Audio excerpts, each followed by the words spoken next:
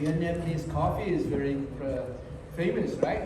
Yes. Okay, look at this sad story. A lady like this, she has auto treatment in the national famous university for 7 years.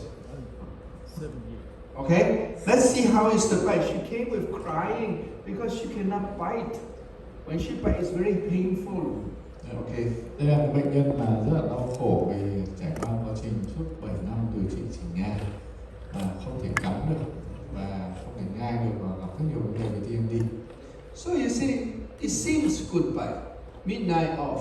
This one class 1. This one class 2 full step spaces. And then she have I think this is second pre-extracted site, right? This is 5 extracted to make it, I think it's the upper 4, lower 5 to slide it up to a class 1 molar. Và đây là cái ca mà sau 7 năm chỉ nghe có mà để nhìn khớp cắn thì trông khá là ổn, hơi lệch từ giữa một chút xíu, khớp cắn bên phải thì loại 1, bên trái thì loại 2 toàn bộ.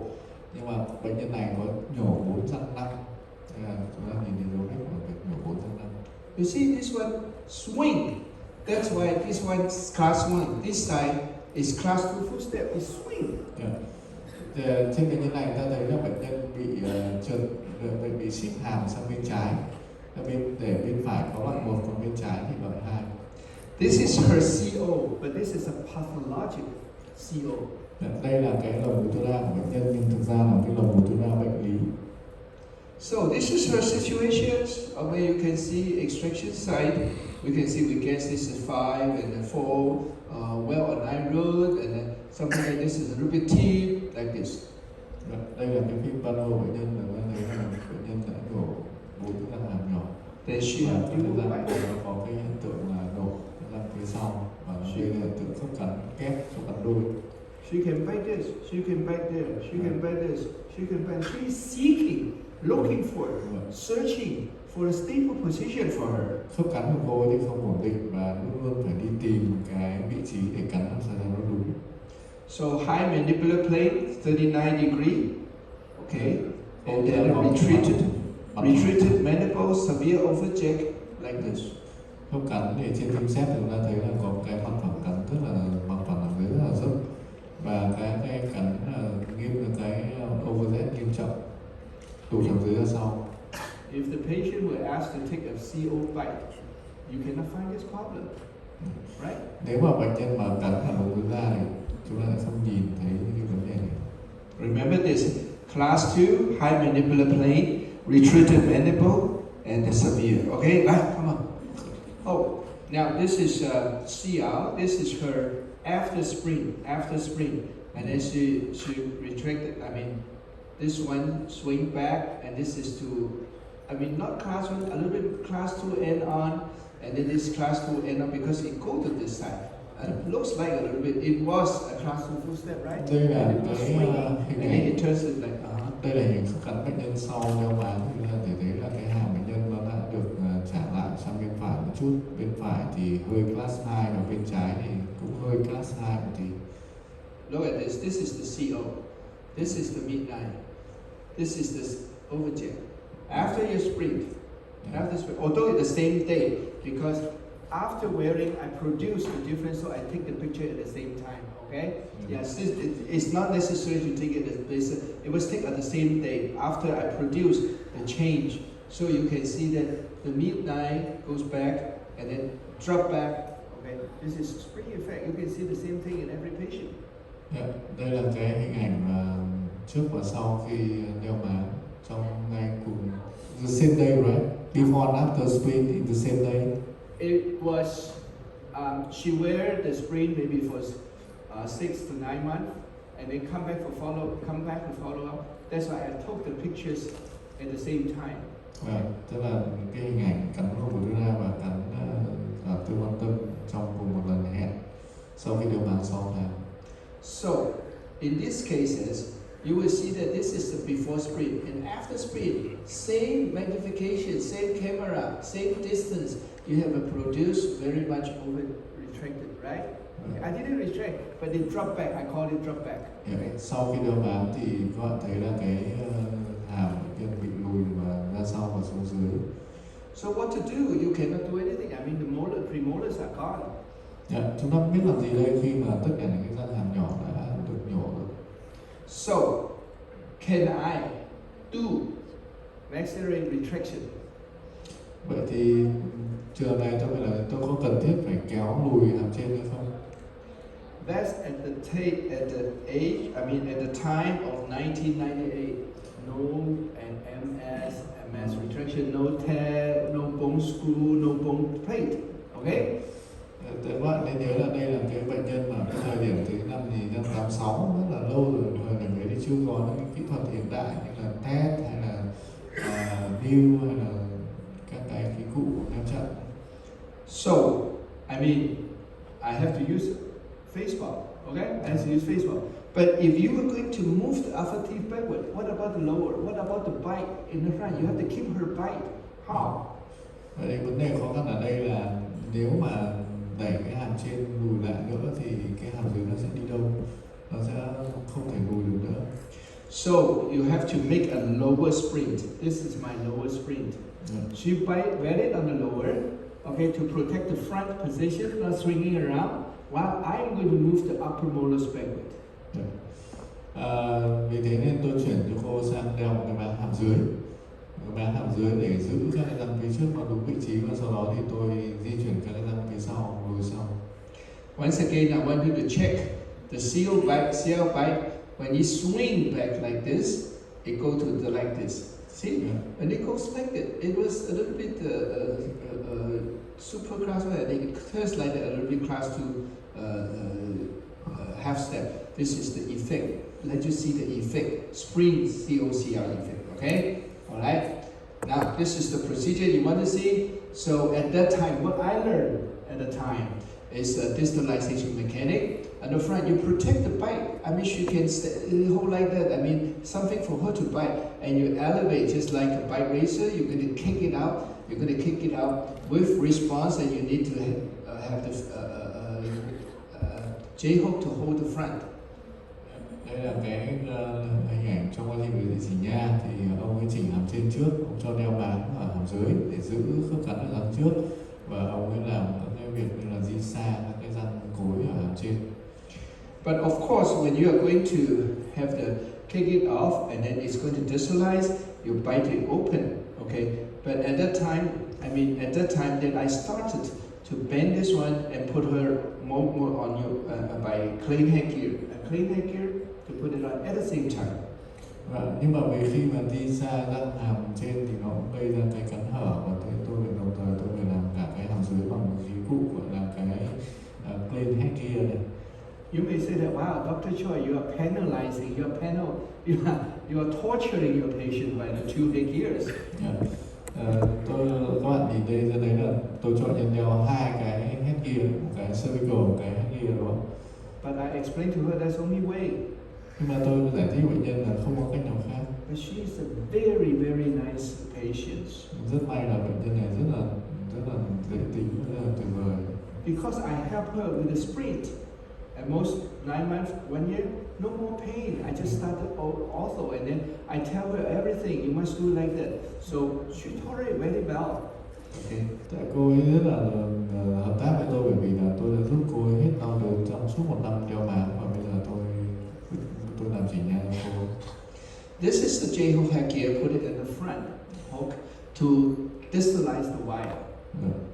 Đây là cái headgear cho hàm trên để di xa cái răng hàm.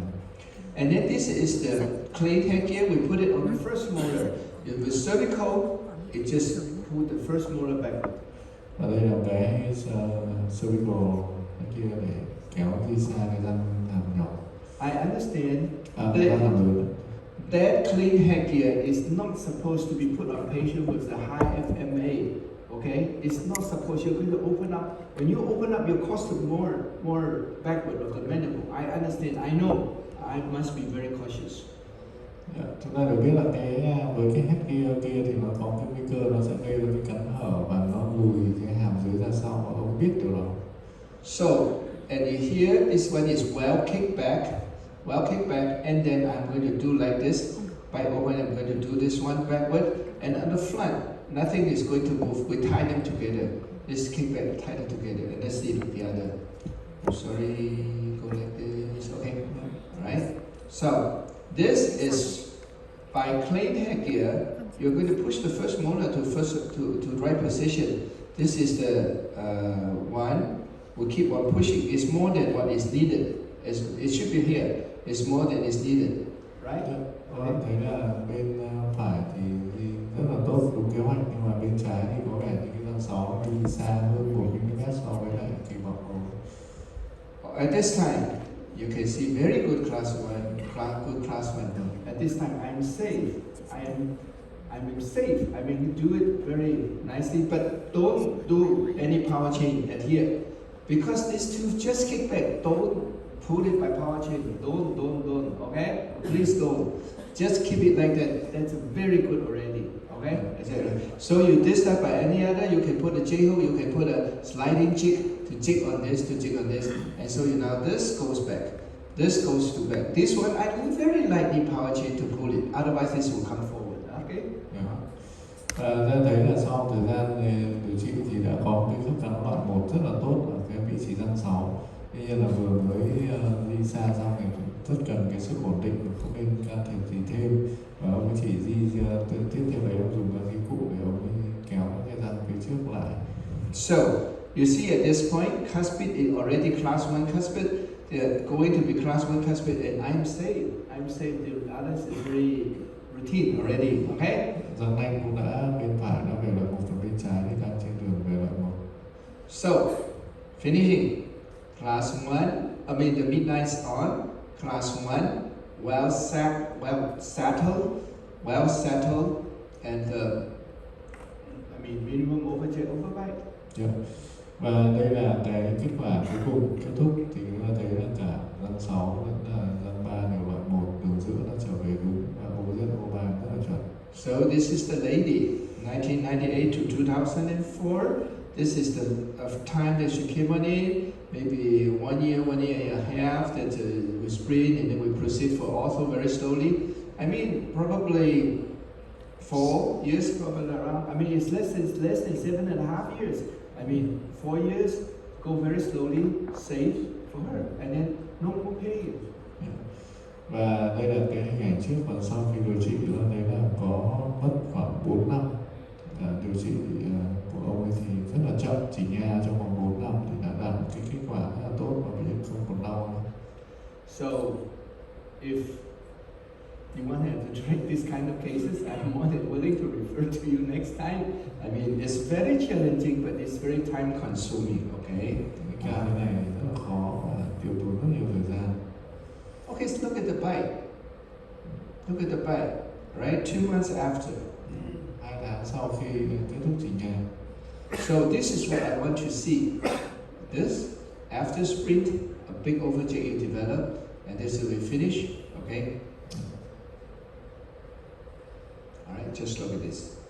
Clear now? Alright, we can go faster? Yeah, okay. Can you see? Understand? Yeah. Okay. Okay, this is St. Louis where I has the educations. This is the arch, very famous arch. It was constructed in 1950 something, and later 1960 something. It's 1964. Then you can go up. There is a cart, a small cart, pull you up. All right, go to here, and then you can see on both sides of Mississippi River. Okay. Đây là cái biểu tượng của thành phố St. Louis ở Mỹ, đó cái hình parabol rất là lớn khổng lồ và được xây dựng vào những năm 1950.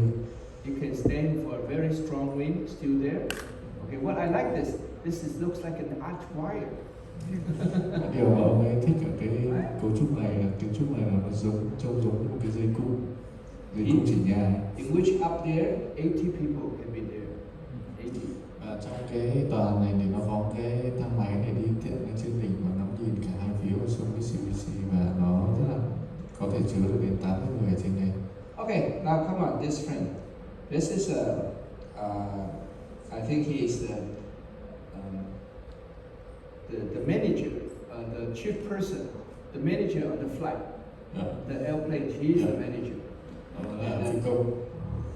So initially you can see This is perio missing, bad bone. I mean the bone is not so solid and not a good bridge. This is bad like this.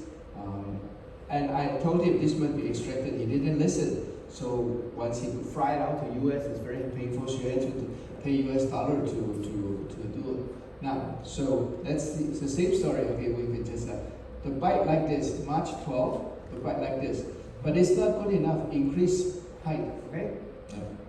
Bệnh nhân này là một cái cơ trưởng phi công và anh ấy có rất nhiều vấn đề như là mất răng, rồi xương hoãn, rồi viêm quanh cuống, điều trị tủy, thất bại. Có cái răng 46, 36 ông ấy khuyên là nên nhổ đi, nhưng mà anh không nhổ, và trong một chuyến bay sang Mỹ thì anh ấy bị đau và anh đã bị tốn hàng ngàn đô la để nhổ nó. After wearing the spring with increased spaces, he's okay, no pain. And so, what should he do? I mean, on the daytime, he has to go to the work like this. So I try my best to give him, do like this, increase. This is the dimension that he wants. He needs this dimension. He needs this dimension. So I cure it like this for him, an elongated one, okay? Sau khi kết thúc điều trị cái máng bằng cách nâng cái thước dọc thì anh ấy đã hết đau. Tuy nhiên là vì công việc, đặc thù công việc anh phải di chuyển liên tục nên là ông ấy đã làm cho anh một cái máng mà gọi là cái hàm tháo gấp ấy, để nâng cái thước dọc và để anh ăn nhai trong quá trình công tác. Functionally, he is okay, but aesthetically, not okay, because on the flight you see somebody like that and there's 2 layers of teeth. Về mặt chức năng thì anh thấy ổn, nhưng mà về mặt thẩm mỹ thì không ổn tí nào, vì khi mà anh ấy đứng chào khách trên máy bay này phải cười với rất nhiều người. I turned him upside down to make another spring for lower. This is wax up, and I cure the one to make it stable with the atom cup. This is better. I mean, it's not seen, but not so good because there is no teeth at here, right? You do it upper, you have teeth, but then here there's no teeth. But still, I let him use. He like this one. Yeah. Và để cải thiện thẩm mỹ cho anh thì tôi làm cho anh một cái máng như thế nhưng mà hàm dưới. Now this is, I want to show you that this is functional spring. This is not flat. You have Đây all là the cái máng indentation. mà chức năng nó không phẳng mà nó có đúng dãy. And then, so this is upper and lower, okay? Up. Yeah.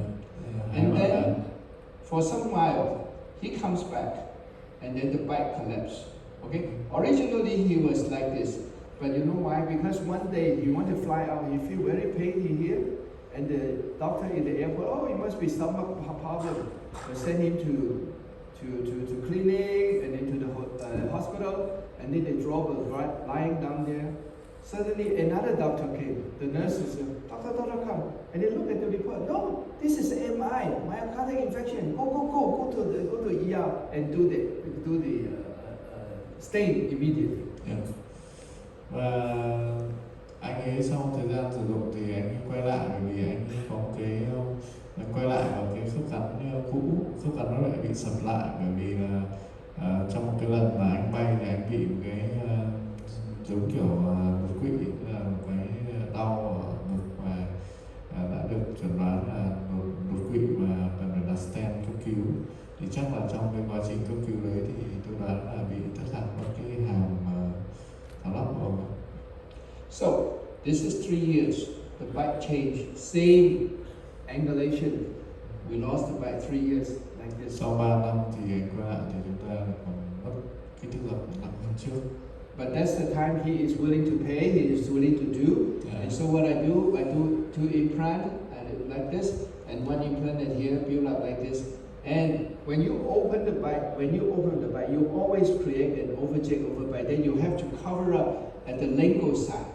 Yeah. This is the good at the time that we have zirconium coming out, that I can just scale and to make a zirconium spring, like put it up there, so he has contact for the lingual.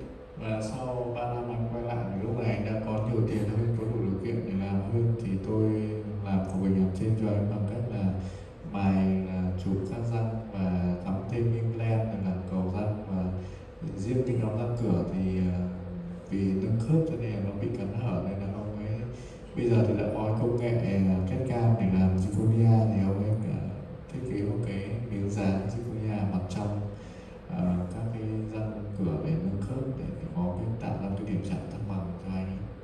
Are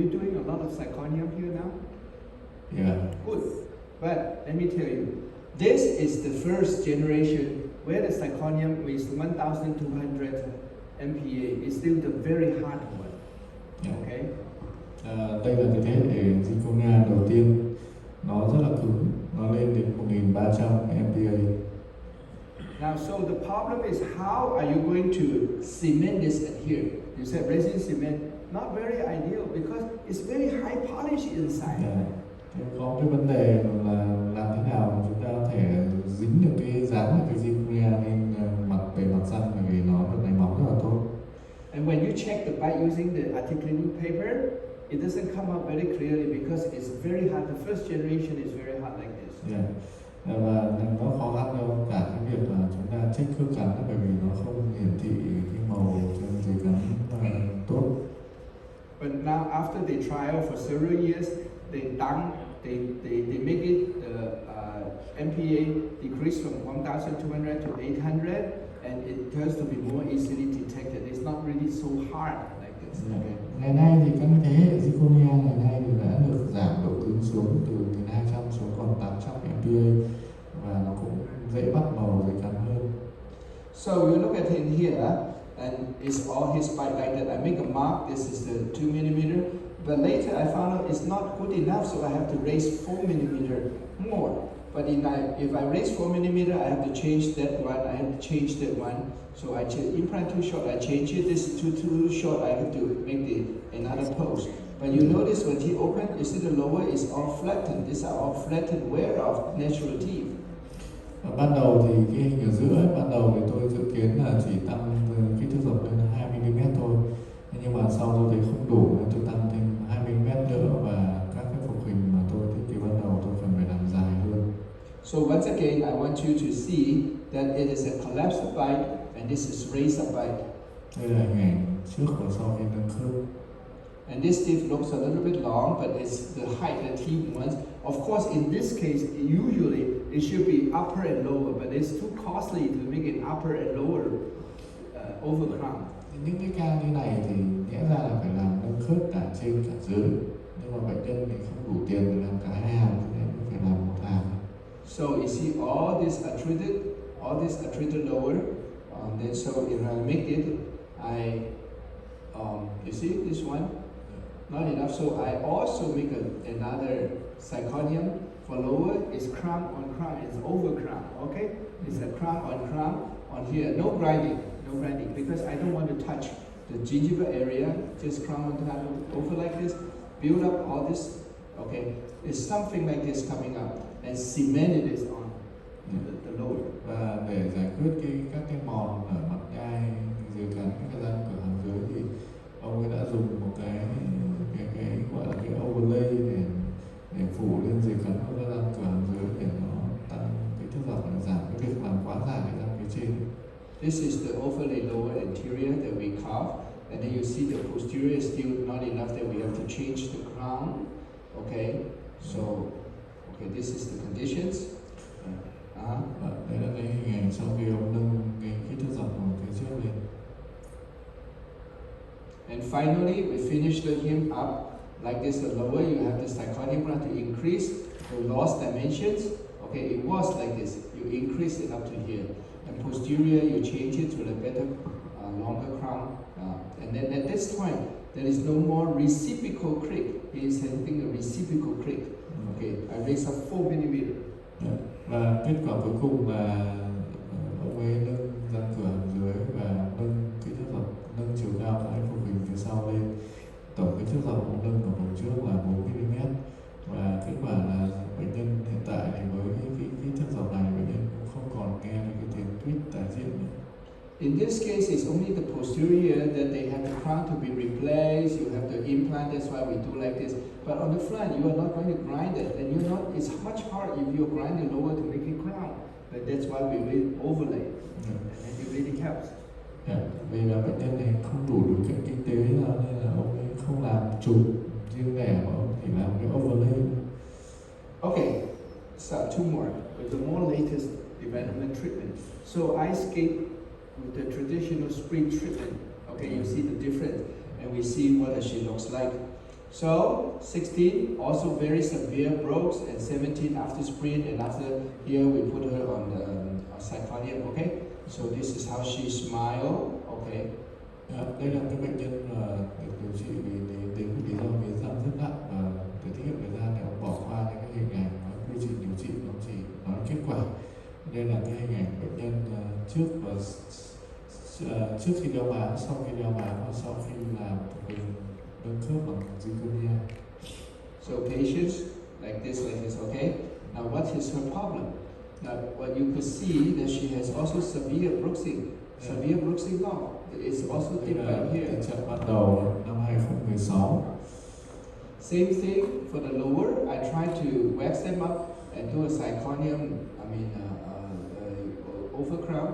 And posterior, she had originally crown, remove it, and that she had to change and choose a higher zirconium crown, And this is after how many years? After 5 years, then you will see that the bite barely maintained, it didn't deepen.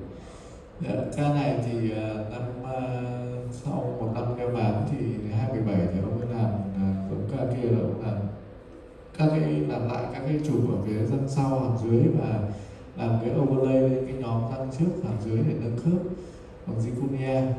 Và sau 5 năm theo dõi thì các bạn thấy là ông ấy sau cái hình năm 2022 là khớp cắn được giữ nguyên rất là tốt. Okay, now so this is the bite, and for this part, sometimes this is flat on the lingual side, and this I have to build it up so you have a little bit like this, but it's bearable, and she is okay, she accepts this. And after that, this patient, I also put her on a splint at night time. She is good, she still wear it. Và đây là hình ảnh chụp ở phía bên của khớp cắn của bệnh nhân, thì bệnh nhân này bị mòn cái răng nanh nên anh mới phải lắp thêm, làm thêm một cái overlay vào cái răng nanh hàm trên để tái tạo lại cái hướng dẫn răng nanh. Thì bệnh nhân cũng được giải thích và cũng chấp nhận một chút cái thay đổi về thay đổi màu sắc ở dưới răng nanh hàm trên. Và bệnh nhân này thì vẫn sau khi đã điều trị thì vẫn đeo bám buổi tối. So this is the case where severe attrition and also bruxism, and then we have to build up the height. Okay, we have to build up the height. Then we use zirconium and to help us to do the oral rehab. Đây là cái ca mà điều trị cái mòn nghiêm trọng do nghiến răng, và chúng ta thấy là sau khi điều trị nghiến răng thì chúng ta nâng khớp cho bệnh nhân lên và nó rất là ổn định. Okay, I think you should appreciate on all this. Initially it's like this, wear off, and it was original, bite together, very deep. And then this is razor bite, longer crown, and this is after 5 years, still remains, right? Đây là hình ảnh từ đầu đến sau khi kết thúc điều trị và theo dõi sau 5 năm. Well maintained. Nó được duy trì, khớp cắn được duy trì rất là tốt, ổn định. The problem for this is how do you get the position to scan it and to bring out with the zirconium. And the zirconium, you better cannot do the whole set. At most is 2 to 3, okay, because it's really easily fractured. 2 is okay. I mean, my experience, I don't make it a whole long span for zirconium. Có cái đặc tính của zirconia là nó rất là giòn và dễ gãy, cho nên là nhìn cái hình của ông trông thế thôi, nhưng mà ông chỉ làm hai cái răng một, ông dính hai cái răng một vào nhau chứ không làm cái cầu overlay dài từ răng ba này sang răng kia. One thing you might not see is at the lingual side of these uppers here. They are all lingual veneer. You do labial veneer. I do lingual veneer. To just overlay mặt lưỡi của cái răng cửa hàm trên để ông ấy bù cho cái việc nâng cái chiếc răng. Okay, I got maybe 2 more. Young patients that also severe brooks, and tooth is much more difficult. She had candid occlusal plane. With speech therapy, orthodontic, upper left zirconium crown and bridge and lingual overlay. So we look at what she looks like. Okay. Đây là bệnh nhân rất là trẻ, có vấn đề về nghiến răng. Bệnh nhân này điều trị full option từ đeo bám, chỉnh nha và sau đó làm overlay và veneer mặt trong. You see the upper, this is longer, this is shorter. I advised her to receive upper surgery. Mom said, never mind. I mean, I will pay more for doing treatment without surgery. Bệnh nhân này thì có một cái căng tim lệch hàm dưới xương trái. Bên các bạn nhìn thấy hàm dưới bên cái cạnh cao bên trái nó ngắn hơn hẳn so với bên phải. Và ông ấy giới thiệu bệnh nhân làm cái phẫu thuật chỉnh hình xương, nhưng mà bệnh nhân bảo tôi có thể trả thêm tiền và thêm thời gian cho ông để biết làm sao không phải phẫu thuật. Very bulging, bimax. I mean, the lower jaw is backward. Cái cơ vòng môi rất là căng. So you see the lip and the severe over there. This is original. Cái môi rất là căng và cái cắn chìa rất là nghiêm trọng. This is how she bite forward. Okay, you said this is a severe curve of speed. Severe curve of speed. Có đường cong speed rất là sâu. And the bite is not stable because up and down. Okay. This is her original condition. Take her. This is a class 2. Cái khớp cắn rất là mất thăng bằng với cái hình dạng khung răng hình nhọn. Crossbite molar. Cắn chéo răng hàm. Okay, this is also a class 2 on this side. Right? Khớp cắn loại 2. So impacted third molar to be gone. Okay, the PA view. When I try to draw a PA view, you will see that this way is scanned. This is already scanned, but this is more scanned. The occlusal plane much more, and it's much more scanned than the occlusal plane. Nhìn thấy cái khoảng cắn nó bị nghiêng rất là rõ. Without doubt, I agree that this should be two jaw surgery to cut this one and tilt it, and the mandible could break it and set it, whatever. Cái này không còn nghi ngờ gì nữa, thì ca này tốt nhất là nên chuyển cho phẫu thuật để cắt cả hai hàm để chỉnh sửa cái cắn Mom tim. doesn't want. Okay, mom does not want. Nhưng mà mẹ không đồng ý phẫu thuật. So this is how she got lined up. So I mean, very often we see the patient from the front. In our case, in Taiwan, many cases upper. Okay, whenever you see a lower midline shift to one side, you have to look it from the front. If the upper is also skewed, is tilted. Rất nhiều trường chúng ta chỉ nhìn bệnh nhân từ phía trước và đôi khi có vấn đề về lệch hàm dưới xương trái, nhưng mà chúng ta phải nhìn cả vấn đề của hàm trên. This is at her orthodontic treatment. On one side is lower. Okay. Usually, if that side is too low, we should put it up. But extrusion for me is more difficult than intrusion because we have the tear, those things to have up. Tức là nhìn thấy cái khớp mặt phẳng của bà cắn nó bị lệch sang trái như thế thì thông thường mọi người sẽ nghĩ là sẽ làm trồi cái răng bên trái xuống cho nó thấp xuống để bằng bên phải, nhưng mà theo kinh nghiệm của ông thì ông nghĩ là đánh lún cái răng này nó sẽ dễ hơn là làm trồi. I took my picture very upright. I sit upright. Patient sit upright. Okay, but still you can think like this. It's not because of my camera problem. It's really the tilted occlusal plane. Ông ấy chỉ cho bệnh nhân này là cái tư thế rất là thẳng, đầu rất là thẳng, camera rất là thẳng, và trên này thì nhìn thấy rõ là mặt phẳng cắn nó bị nghiêng. Okay, this is partial. Okay, partial, the upper. I mean, we can see that. I mean, I did some expansion. I mean, this is intruded with tat. The first molar on both sides. I want to level the two molars first. So intrude. Okay, this is lower. Cái cụ mà ông làm để đánh lún cái nhóm răng ở bên phải xuống. And then extraction with the first premolar. I mean, keep the posterior stable. Sau đó thì nhổ răng 4 hàm trên. And then, so now it looks a little bit better. I mean, on this side. Otherwise, this is too long. I mean, it was like this, but we really intrude to keep it more level. Okay. Bắt đầu nhìn thấy nó thăng bằng hơn chút. This is both side extraction. After extraction. Sau khi nhổ răng hai bên hàm trên. So this is not in a good position also. Okay, now this is right after our finishing, but it's unstable on one side because on that side is a little bit low. Let's go over this. Okay. Đây là sau khi kết thúc thì the more that you try to see the patient's tumor biting on left side, swinging on left side, swinging on left side.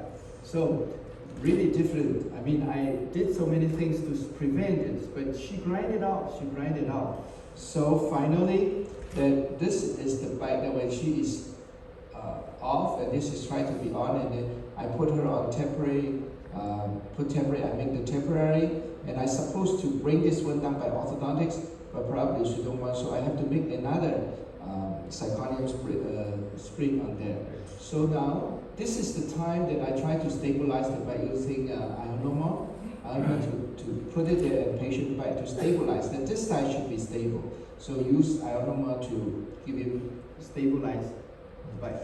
Tại vì là sau chỉnh nha thì bệnh nhân vẫn có xu hướng trượt hàm sang bên trái, để sang bên trái, vì nghĩ là cái kích thước dọc từ bên trái nó vẫn thiếu, không đủ.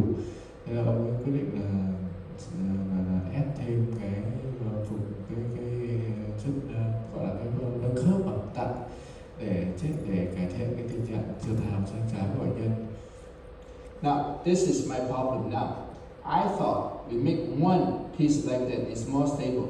So I can make it by PMMA resin by myself in clinic. I can do it, okay? But if I make the model, I send it to the lab. Zirconium, they said cannot because your axis and we're going to drill is different. Well, later I understand. Because you make like this, the drill is from the top. You make this one, it's going from the back. The two axes is different, okay? Yeah. This is what I learned from the lab. That you cannot do the two things as one piece. Yeah. Ông ấy nâng khớp cho bệnh nhân bằng PMMA, và đây là có cái sai lầm nhỏ đây là khi mà ông ấy nghĩ là làm một cái miếng PMMA từ đầu đến cuối thì nó sẽ bền hơn, nó tốt hơn, nhưng mà thực tình thì nó bị gãy. Và ca này thì ông không thể làm zirconia được, bởi vì là zirconia thì nó không thể nào mà cắt dưới dạng là, bởi vì cái mảnh nâng khớp này nó có hình dáng đa chiều, nó không đồng trục, cho nên là nó có giống vào dạng nó bị xoắn, hình thể nó bị xoắn, cho nên là cái máy cắt nó không thể cắt được, và ông ấy phải làm bằng nhựa PMMA, nó bị gãy.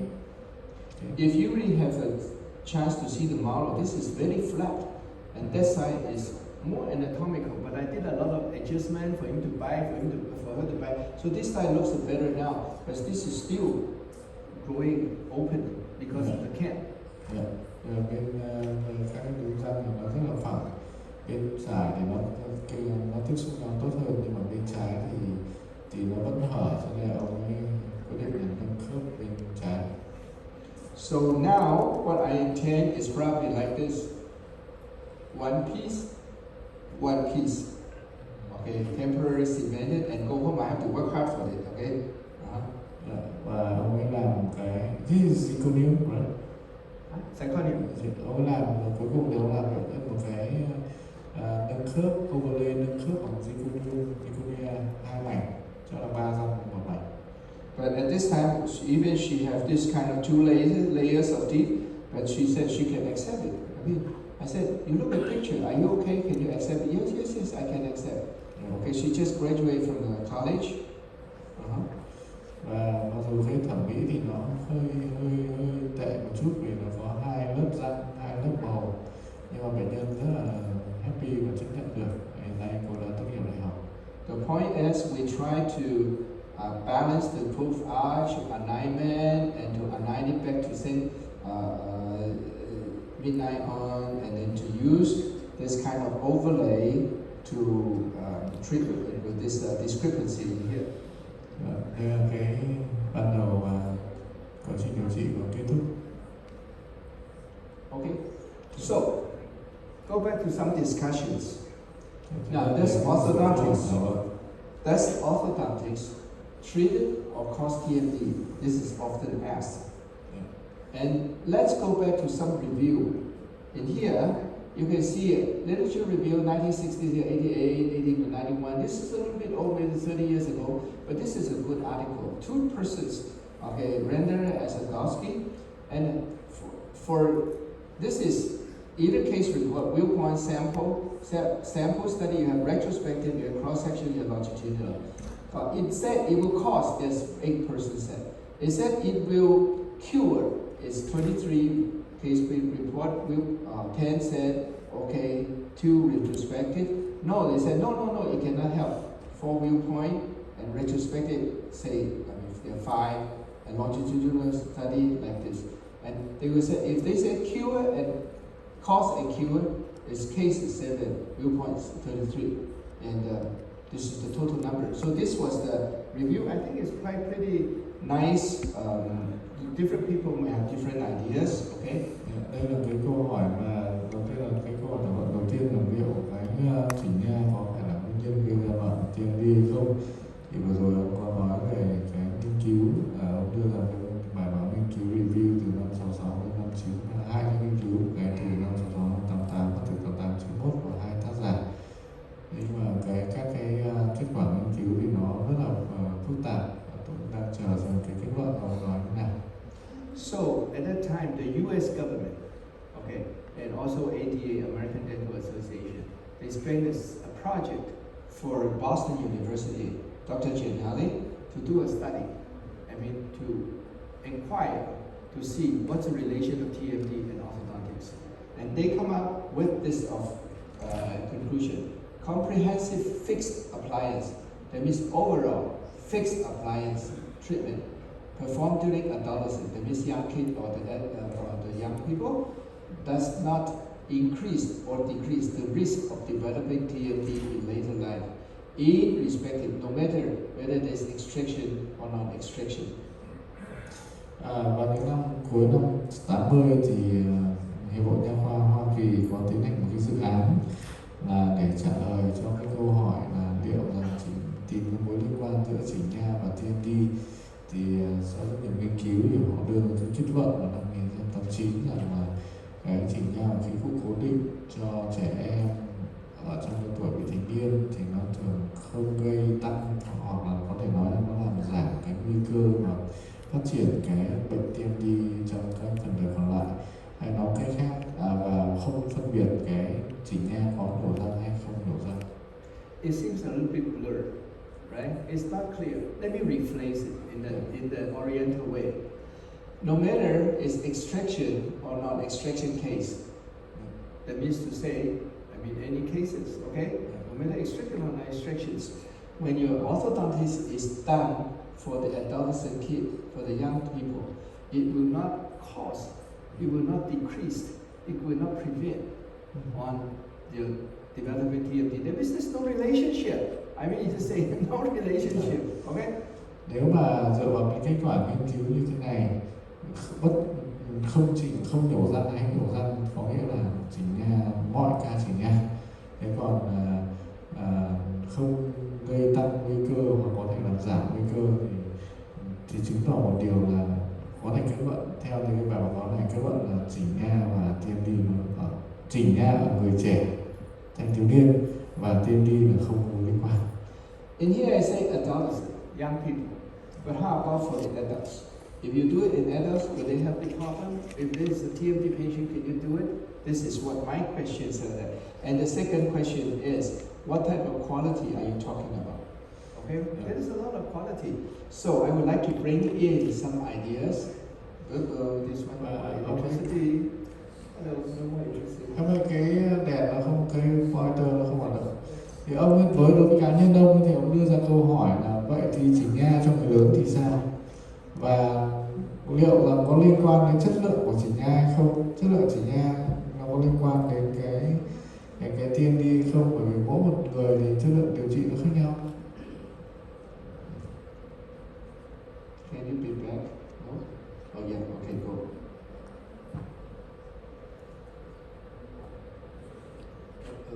Okay. Now, can TMD patient receive ortho treatment?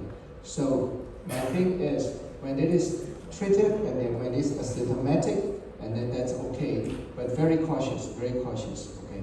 And what about if your precaution, what precaution in treatment? So you should avoid prolonged use of elastic, especially distalizing mechanic, you have to be very cautious. After start, you may the TMD might disappear, but when after you take off, it might be coming back. So spring is also indicated. That means to say you have the spring therapy, orthodontics, and you catch a very, very stable occlusion. It's not static occlusion, it should be dynamic. I emphasize on dynamic occlusion. So it will be much better stave off, and then after that, if they will have the problem, spring still also needed. Còn cái chủ đề thảo luận thứ hai đấy là cái TMD và cái điều trị chỉnh nha. Thì câu hỏi đưa ra là liệu bệnh nhân mà bị vấn đề TMD thì có thể tiến hành chỉnh nha hay không?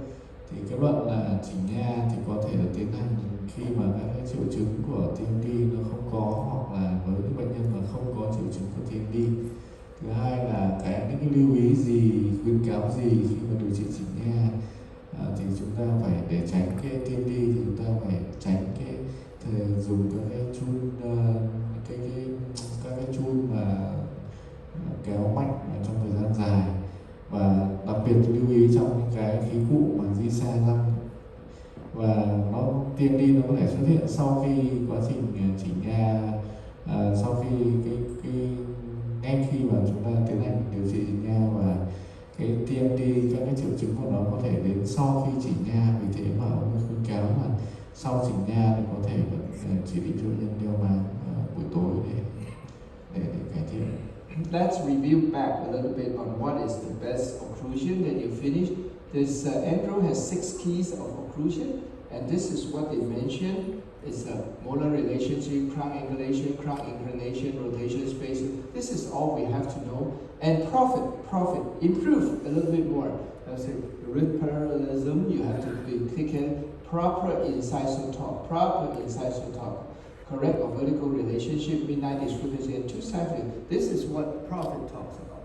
Yeah. Và ông muốn nhắc lại một chút về vậy cái chủ đề thảo luận thứ ba là vậy thì tiêu chuẩn khi nào có thể kết thúc được, thì ông ấy kết thúc được cái chỉnh nha ấy. Thì ông đưa ra cái nhắc lại một chút về cái 6 cái yếu tố lý tưởng của Andrew năm 72, quan hệ răng hàm, góc của thân răng, rồi độ nghiêng của thân răng, rồi trục xoay, rồi khoảng, rồi mặt phẳng cắn. Ngoài ra có cái tiêu chuẩn của Profit năm 1903 là cái răng nó phải song song với lại cái adjacent side là gì? Không, cái số 1. Which one?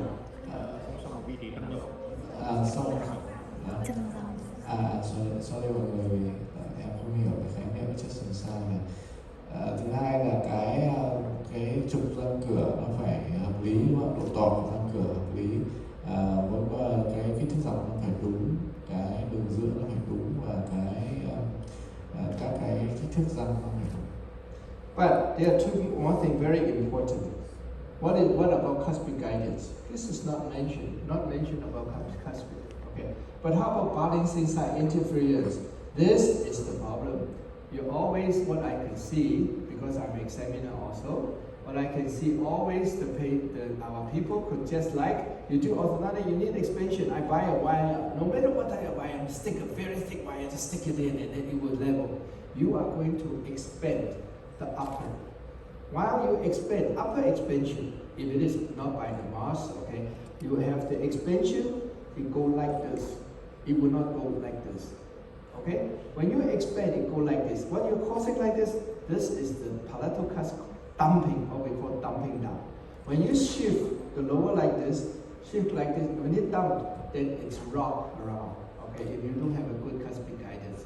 Once again, the posterior, especially second molar, if you dump it, if you expand it too wide, like this, so you will have the problem right there. So that's why in the traditional, well-trained, often we have to talk the posterior backward, okay, without dumping the second, the palatal cusp. Tuy nhiên là ông ấy thấy rằng là có mấy cái điều mà những cái tác giả trên không đề cập đến, đó là thứ nhất là cái hướng dẫn răng nanh rất là quan trọng. Thứ hai là các cái điểm cản trở phía sau ở bên không làm việc. Tại vì thường xu hướng dùng dây thẳng chúng ta hay có khi mà dùng dây thẳng thì nó sẽ bị làm cho nong rộng cung hàm ra. Tuy nhiên là cái răng số 6, số 7, đặc biệt là răng 7 khi nó nong ra thì nó không nong tịnh tiến mà nó lại bị nghiêng ra phía má, dẫn đến là nó làm thòng cái vú trong của răng số 7 hàm trên, và hậu quả là nó gây cản trở khi bệnh nhân trượt sang bên, dễ dẫn đến những cái trượt hàm để né tránh và dẫn đến rối loạn hệ thống nhai.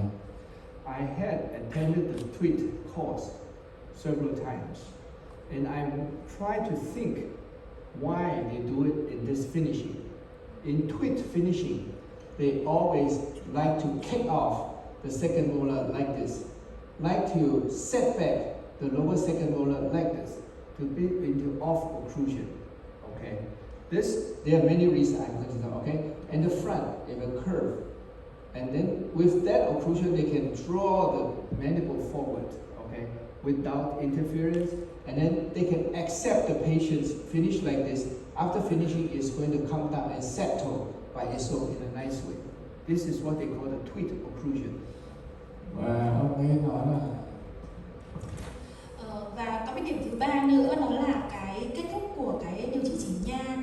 Thì theo cái trường phái tweet thì chúng ta thấy rằng là theo tweet thì cái kết thúc của cái khớp cắn kết thúc của chỉnh nha theo tweet là chúng ta sẽ có hở ở cái đằng sau, đó là nhìn thấy là cái răng 7 nó sẽ bị tít bách, nó không có chạm khớp, và cái kết thúc cái khớp cắn như vậy thì nó sẽ thuận lợi cho cái việc cái hàm dưới nó đưa ra trước, và sau đó thì sẽ để cho cái răng nó tự settle lại thành cái khớp cắn nó ổn định ở cái ảnh bên phải. A senior, I Sau mean, 9 đến 12 tháng. a more experienced or trained orthodontist in US, my age time, we are trained that we must treat a class 2 case to come forward with auto mandibular response. But not response, you can say, but you have to set it down. You have to flatten the plane. You have to curl up, okay, curl up the upper, kick it up, so the mandible can come smoothly. Okay, this is the real essence of a class 2 mechanics. This is the beauty of the class 2 mechanics, which I didn't understand for more than 30 years. And the more that I see my patient, the more I appreciate. I mean, after you extract, you do all these things, the last stage, you have to do class 2 elastic. It must be flat or curled, and then it go like this. And then the patient can go like this. Not necessary to be kid, even adult. You could glide, you would go forward, and then to swing like this. This is the beauty. Thì cái thế hệ, tức là các cái bác sĩ chỉnh nha từ cái thế hệ trước ấy, thì đã được giảng dạy về cái việc là điều trị cái cơ học điều trị khớp cắn loại 2 và cái cách kết thúc các cái ca loại 2 là theo cái cách như thế này đây, tức là làm thế nào để phải đảm bảo rằng là cái mặt phẳng cắn nó độ bằng nhất, và chúng ta không có chạm sang sau để nó thuận lợi cho cái hàm dưới nó đưa ra trước ở đấy. Sau này thì ông ấy nói rằng là sau mấy chục năm hành nghề thì ông mới thấy rằng là cái triết lý này nó rất là hợp lý, nó giúp cho cái việc là cái kết thúc ca loại 2 của mình nó thực sự là nó đẩy được cái hàm dưới ra trước. Thank you. I know it's difficult. So when you want to learn orthodontics, tweet is not obsolete. Tweet is basic, very fundamental. You must learn, you must understand.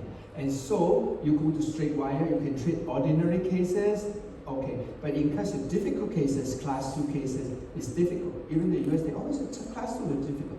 And this is the way you could treat class 2, okay. And you see like Dr. Khan's, who is the instructor, every case is well treated, very nice, angulated. So that is the real essence of good, excellent orthodontics.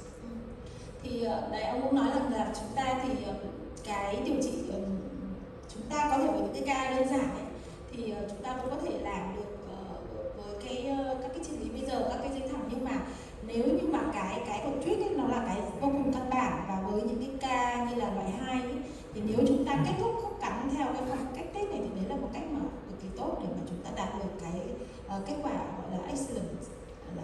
I know this 5 years or 10 years, there is a paradigm shift of orthodontics to AI, to digital. We found you are not digital, you're behind. But now, recently, Dr. Nander has the research that the aligners can only produce 50% of the result that is required, and even for intrusion is the worst. This is a famous article just come out. Read about that. Don't just always swing to a nightness. Okay, you still have to well equipped with the traditional way of doing things. Thì cho nó thấy rằng là chúng ta đang trong một cái giai đoạn dịch chuyển cái mô hình điều trị, đúng không ạ? Chúng ta trong vòng 5 tới 10 năm tới thì các cái ứng dụng của AI rồi là các cái sử dụng các cái khai trong suốt nó sẽ chiếm ưu thế trong cái điều trị chỉnh nha của chúng ta. Nhưng chúng ta hãy nhớ rằng là chúng ta vẫn cần những cái căn bản, và hiện nay các cái kết quả nghiên cứu hiện nay ấy, thì cho thấy rằng là với clear aligner chúng ta mới chỉ đạt được 50% cái di chuyển răng mà chúng ta mong muốn thôi, chúng ta chưa đạt được thực sự đầy đủ những cái di chuyển, cho nên là chúng ta vẫn cần những cái rất là căn bản này. Yeah, I wish that in here we could order tweak course. It's not really obsolete. It's really basic, especially new one. Thì tôi cũng hy vọng là ở đây các bạn có thể có được những cái khóa đào tạo theo cái tweak này. Nó không phải là cái gì đấy cao siêu, nó thực sự vô cùng là căn bản. Okay, now this part is people always ask orthodontic and TMD. Now this my readjust phrase. Okay, it's the same thing. Comprehensive fixed orthodontic plan treated to the finest standard of finishing. Treated to the finest standard. That's my word. With proper guidance and also avoidance of balancing interference. Will greatly now they use the word is improve occlusal relationship. Improve occlusal relationship. Patient, no matter extraction, that's still okay. So it's improve. You must improve the occlusal relationship. Like the patient friend, you come in the occlusal plane up and down, whether from the front, from the back, I mean from the side. It's not a good occlusion, not a rounded occlusion. That's why they will cause problem. But if you treat them up to this kind of standard, then it will avoid so many problems. Thì để tổng kết những cái mối liên quan giữa chỉnh nha và TMD thì tôi sắp xếp, tôi viết lại ở đây và có sắp xếp theo cái ý của tôi ở đây một chút. Can you just back to the slide please? Thì chúng ta thấy rằng là một cái điều trị chỉnh nha toàn diện với cái khí cụ cố định ấy mà được kết thúc với lại các cái tiêu chuẩn gọi là tinh tế nhất, tiêu chuẩn cao nhất của hoàn thiện khớp cắn, kèm theo là phải có cái hướng dẫn răng nanh đúng, cũng như là tránh được các cái điểm cản trở ở bên không làm việc, thì nó sẽ làm cải thiện rất là nhiều cái tương quan khớp cắn của các cái bệnh nhân TMD, các bệnh nhân có rối loạn chức năng hệ thương hàm. Không tính đến, tức là nó không liên quan gì đến cái việc là cái điều trị nắn chỉnh này có hay là không có nhổ răng. Và cái điều trị này thì nó cũng không giúp là dự phòng tránh cái sự tái phát của các cái cận chức năng cũng như là các cái triệu chứng của TMD. Thì đấy là toàn bộ cái câu kết luận của mình. Okay, finally closing take home message. You can read about that. Cuối cùng thì đến cái phần mà take home message thì số 1 là TMD thì thường xuyên xảy ra ở người lớn và nó gặp ở phụ nữ nhiều hơn đàn ông. Các cái mối quan hệ giữa TMD và occluder và khớp cắn thì nó vẫn đang rất là tranh cãi, nhưng mà các bạn cần chú ý đến cái trượt giữa cái sự khác biệt giữa tương quan tâm và đồng vốn ra và các cái diện mòn, chúng ta phải chú ý vào đấy. Các cái máng nhai thì nó sẽ giúp cho chúng ta dùng một cái phương tiện để chuẩn đoán các cái bệnh lý về tổn thương khớp, và các cái phương tiện vừa điều trị vừa chuẩn đoán. Thứ tư là các cái phương tiện, các cái liệu pháp chức năng thêm thì cũng có thể sử dụng để hỗ trợ giảm stress, cũng được có thể được coi như là một cái điều trị TMD, và không có cái nào gọi là cái điều trị dự phòng cho TMD. Chỉnh nha thì có thể được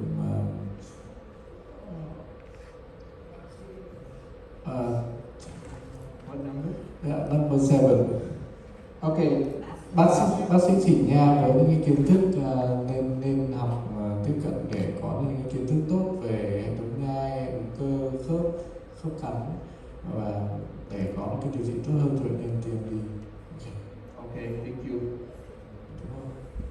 Và thứ 8 là cố gắng điều trị để giảm cái giảm cái sai lệch giữa cái tumor tâm và mổ ra, và khám khớp và ghi chép các cái thông tin về khớp thời gian làm cho tất cả các bệnh nhân trước khi điều trị chỉnh nha.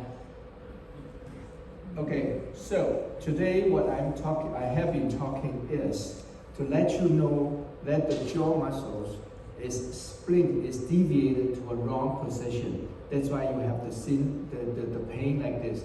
You need a plate, flat plate, for them to wear and relax, so that it go to their normal, original position, relaxed position. Thế tôi nói nốt cái hai cái cuối đấy, tức là cái số người là jaw position là cái mà cái vị trí của hàm dưới thì có thể nó sẽ khác nhau từ khi mà do cái tư thế nằm hay là ngồi nữa, và TMD thì có thể bị tái phát sau khi điều trị. Thế thì ông có nói là tóm lại cái đơn giản, cái máng nhai là một cái tạo ra cái mặt phẳng để giúp cho cơ thư giãn, để đưa cái vị trí, đưa cái xương hàm bệnh nhân về đúng cái vị trí nghỉ sinh lý của cơ, để nó không phải tránh các cái chuyển động trượt để né tránh các điểm hẹp không đúng. Nhờ đó mà nó đưa được hàm về vị trí đúng. Trước khi mà chúng ta điều trị chỉnh nha là chúng ta cần phải đưa cái xương hàm về vị trí đúng để mình có cái chuyển động đúng. Okay, sprint is a very, very good appliance that you can use, but it's a flat Michigan spring. Some people make the spring is up and down, up and down. You will buy patient much more, discomfort. Or those hydraulic soft silicone, it won't work. It won't work. So that's why in the afternoon I will tell you all the little trick, all the magic, how to make it. That's a little thing. If you know all the trick inside, then you're going to have the success. Có một cái lưu ý là cái máng nhai này phải phẳng. Còn nếu mà đôi khi có một số người làm cái máng nhai mà lồi lõm để khớp vào cái răng, hoặc là những cái máng bằng silicone, hoặc là máng bằng thủy lực, máng bằng nước ấy, thì tất cả những máng đấy đều không đúng và các bạn phải làm máng phẳng. And this one, jaw position varies from recline to upright position. You always treat the patient upright or lie down? Lie down. Lie down.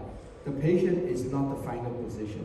For me, I deliver the crown and she by very natural. But when they sit it up again, it's different because the jaw will come forward a little bit. Yes. So what I advise, jaw position, lie down and sit up for normal patient is different. Okay, so you check the patient for two positions, and then that will make them easy. I want to make my patients to wear a crown or a bridge that they feel, it's very natural. I don't feel anything. Don't let them think, hey, this is something. Some dentists say, go home, adjust it. That's not the right way. You have a good adjust. Và cái lưu ý nữa là cái tư thế khớp cắn của bệnh nhân ở vị trí nằm và vị trí ngồi thẳng nó khác nhau. Vì thế mà các bạn phải để ý chỉnh khớp cắn ở cả hai cái tư thế nằm và ngồi. Okay, TMD is not the bad elephant that you don't know, that you are afraid of. After this course, I hope we could have a more better view of it, and then you, knowing more, try. You are not pushing, you won't cause much worse, okay? But if you try to open up, you know how to master in treating them. You really have a lot of patience. I'm not talking about income. You still have a very good income. Patient will increase, will tell people, and then they bring. But it's a very, very nice way for us to help our patients. Thực ra ông cái slide cuối này ông muốn nói là TMD và TMG nó không phải là cái gì đấy quá khó khăn và quá khó tưởng tượng. Nó giống như con voi trước mắt các bạn vậy. Thế thì chúng ta sau cái khóa học này thì ông hy vọng là chúng ta có thể hiểu và chúng ta có thêm kiến thức để phòng tránh, hoặc là chúng ta có thể mạnh dạn chủ động làm những cái điều trị mà TMD đơn giản nhất, giống như chiều nay mà ông ấy sẽ hướng dẫn, và chúng ta nhìn thấy để chúng ta tránh những cái sai lầm mà chúng ta học làm những cái điều mới để tốt hơn cho bệnh nhân. Thì ông hy vọng là như thế. I hope you all become a Superman for TMD patients. Tôi hy vọng tất cả chúng ta ở đây sẽ trở thành những siêu nhân trong việc điều trị TMD. Okay, I'll open up for any questions. Bây giờ đến thời gian hỏi đáp. Xin cảm ơn.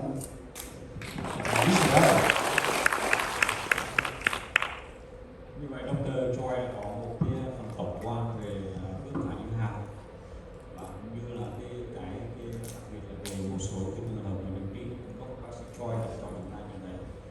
xin mời các quý vị đồng nghiệp chúng ta sẽ có câu hỏi cho bác sĩ Choi này. Vâng, xin mời ạ. Vâng, xin mời.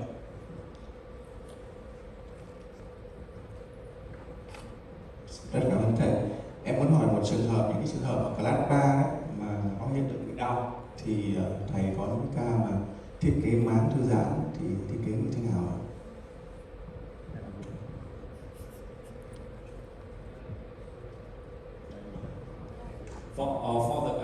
He had one question for you for the class 3 case. Do you, when you do the spleen, do you have any attention for that kind of spleen for the class 3 case or not? For bruxism or for TMD? For TMD. First, you seldomly see any patient of class 3 with TMD. Why?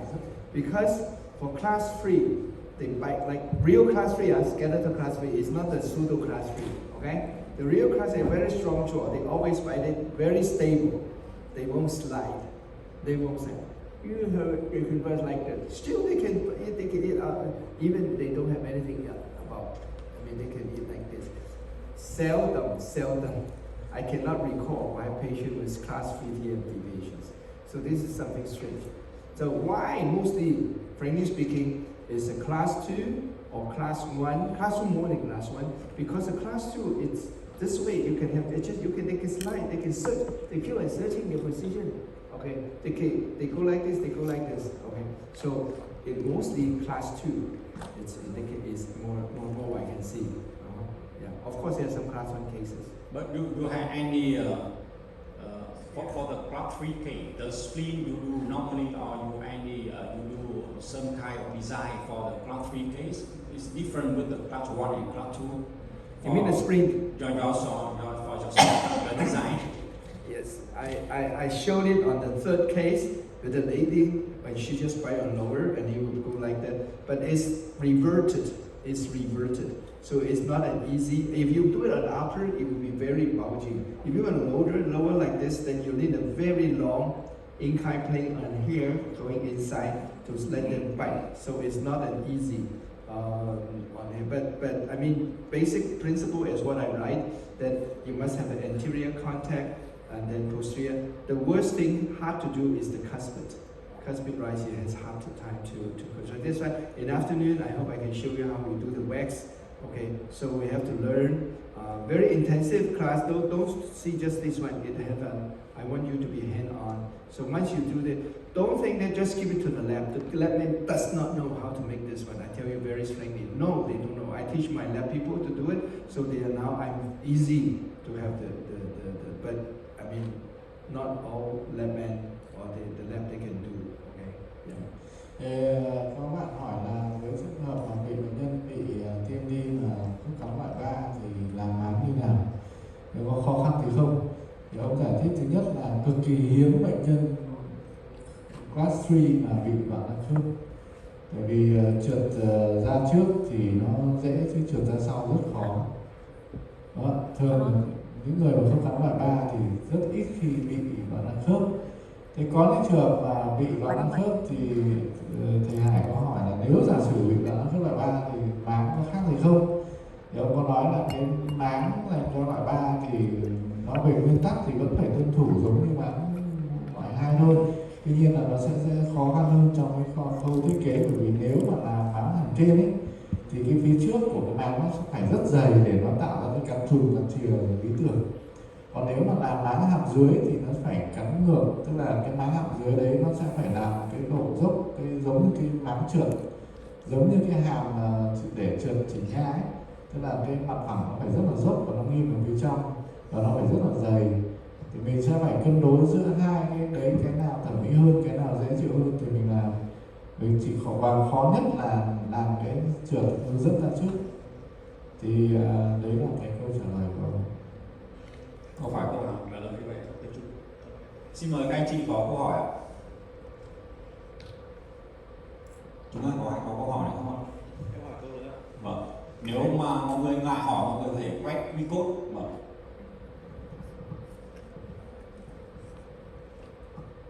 Nghĩa là cái tỷ tỷ lệ mà thầy chuyển pha từ cái pha máng sang các hệ thống pha phục hình và pha chỉnh nha đấy, thì cái tỷ lệ bao nhiêu phần trăm và bao nhiêu phần trăm thì thầy sẽ để như là bệnh nhân có thể chấp nhận cái điều trị chỉ có máng không và quay trở lại thực tự nhiên. He asked about how many percentage of the patient you need to move from the spleen phase to the prosthetic phase and orthotic phase. It means you can consider the same question like how many percent of patients that you only need to treat by the spleen, no need prosthetic, no need to orthotic treatment.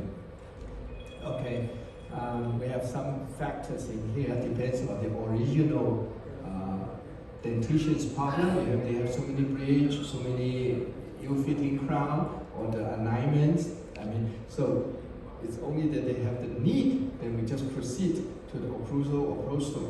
I mean, how many percent? I have to say maybe 1/3 that we have to go through. But of course, they must have time.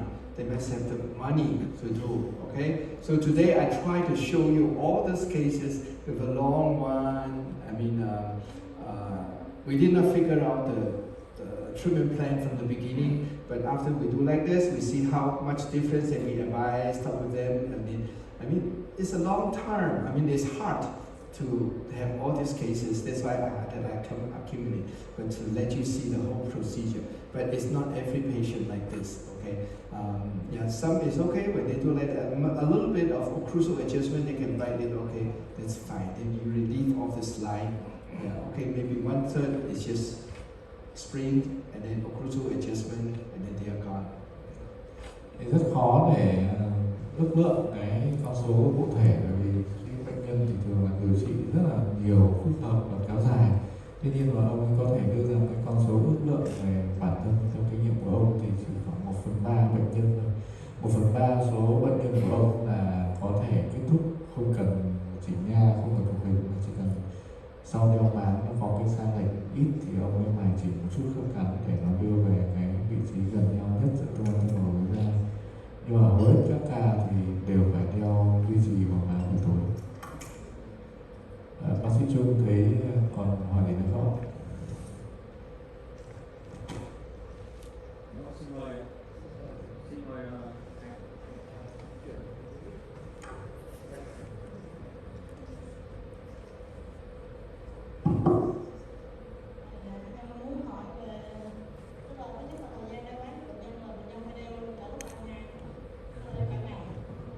She want to ask, your spleen, your patient must wear the spleen full time, including chewing during your meal. In the afternoon, I have the instruction how to wear the spring, but I can tell you. Usually my instructions, so today go home, you wear 2 hours, tomorrow 4 hours, later 6, and you increase up to the time. It's a gradually adaptation, orientation. You go up there when you can wear 8 hours, sometimes the tooth are sore, you maintain to be 8 hours. So go like this, and then 8 hours for a few days until it's no more sore, and then you can increase, or you can so-called tolerate through the night. I mean, so preferably is at night. This is not going to bring out, it's not 24 hours wear. And then, so you wear it maybe 7 o'clock in the night, okay, after your dinner, after your bath, and then you go the other day in the morning, then you can take it off. So 12 hours. Now, the timing, the effect. So usually, I will treat them, first time is 7 to 10 days, because sometimes it's so hot, the teeth are very sore.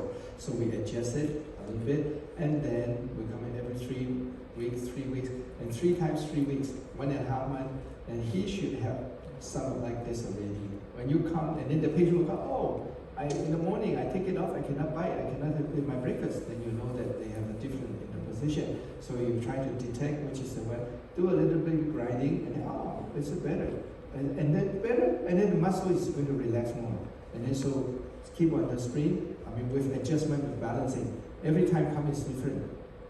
And then let them go like this. Yeah. But she want to ask, do the patient use the spleen during eating? No. No. No. Yes. Thầy trả lời là Tức là cái lộ trình đeo bám thì thường là sẽ tăng dần, có hai cái mấu chốt là tăng dần và không bắt buộc là đeo khi ăn. Tăng dần ở đây là ngày đầu thì cho bệnh nhân đeo 2 tiếng, ngày thứ hai đeo 4 tiếng, ngày thứ ba đeo 6 tiếng, và cho bệnh nhân làm quen dần với cái bám lại trong miệng. Và sau thời gian thì khi nào mà bệnh nhân đeo 8 tiếng một ngày, thì sẽ giữ 8 tiếng một ngày và sẽ duy trì thêm, đeo thêm cả lúc đi ngủ là 7 tiếng lúc ngủ nữa. Tóm lại là trong quan điểm của ông là không đeo cả ngày, không đeo full time và không có giai đoạn nghỉ và không đeo lúc ăn. Mình có thể hiểu như thế. So no full time wearing splint and no using during the eating food. Right? No for eating food. But when wear the splint, you have two problems. One is decretination, when you swallow your saliva. I mean, it's a lot, they're hard to swallow. I would tell them, teach them how to swallow. This afternoon I will tell you. And the other is phonation, important. When you splint, you are not muting the patients. Okay, not just. They can speak. They can still speak. I will teach them how to speak, and then it's easy. So the height is very important. The contour is very important for them. So I have another question for me that after we all know that after a few months of wearing the splint, we might drop out the mandible, right? But when the mandible, the lower jaw drop down and we might open occlusion, how can the patient can chew with this occlusion? For that time, then they will prefer to wear it more and more, okay? And then they found that it's different, so they will prefer to wear more and more because that's the found position. Then they will flavor, make them feel relaxed. I mean, that's the, maybe if you have that, so 9 months, consider what I call the definitive treatment. How big the difference or how I like that, it depends on her original dentition condition, whether you go orthodontic or go to proso. So, no, I mean during the splitting time. So not finish wearing the splint. When the occlusion is open like this, how good patient can chewing during days without splint in their mouth? Oh, they were interested to chew on more soft food. They know, I mean, the patient criterion is pain or not pain. If you find that there's no more pain, they feel easy, then they can eat a really soft food. They will not talk to you whether I want to chew beef, I want to chew it. You tell them that something hard you cannot chew. I mean, some people like the seed of the guava, of the, you say called guava? Yeah. Of the, so guava, you know? That some people want to grind it. I say, no, that's not for you. Okay? That's not for you. And some like, as what I say, the squid, the dry squid, very hard to bite, very hard to grind. Yeah. Don't take that, don't take it. Then we will give them advice. Okay? So, patient emphasize on whether I have pain, discomfort or not. So whether bite or not bite is not issue. But it's not too worse cause them not to bite. They still can bite. Okay, they still can bite. Thì tôi có hỏi ông là bây giờ ông bảo là không đeo lúc ăn. Thế thì không đeo lúc ăn thì lúc mà đeo bám thời gian khớp nó hở như thế, bỏ bám ra nó không chạm răng cửa thì chạm mỗi cái răng cuối cùng, thì làm sao mà bệnh nhân ăn được? Thì ông ấy có nói là bệnh nhân phải tự manage cái đấy, tức là phải lựa chọn cái thức ăn thật là mềm và ăn nhẹ nhàng, không ăn đồ dai đồ cứng, và vẫn phải chịu khó thích nghi thôi, không có cách nào khác. Và chuyển sang giai đoạn chỉnh nha tiếp theo. Em hỏi tiếp Mời bạn.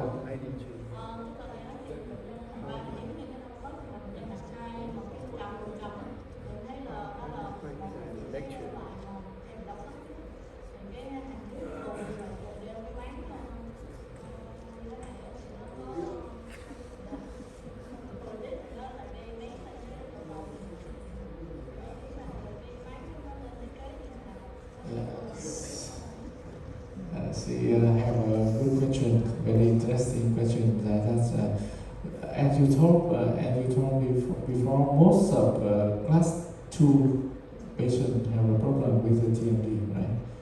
Most of No, not most of the Oh. class 2 patients. Okay. Many patients have a problem with TMD, have a class 2 with the retreated chin. So if you treat them by the spleen, it means the lower jaw will be more drop back.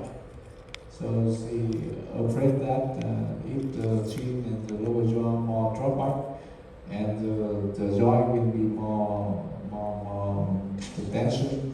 So how do you have any guideline or do you have any different design of the spleen to prevent it?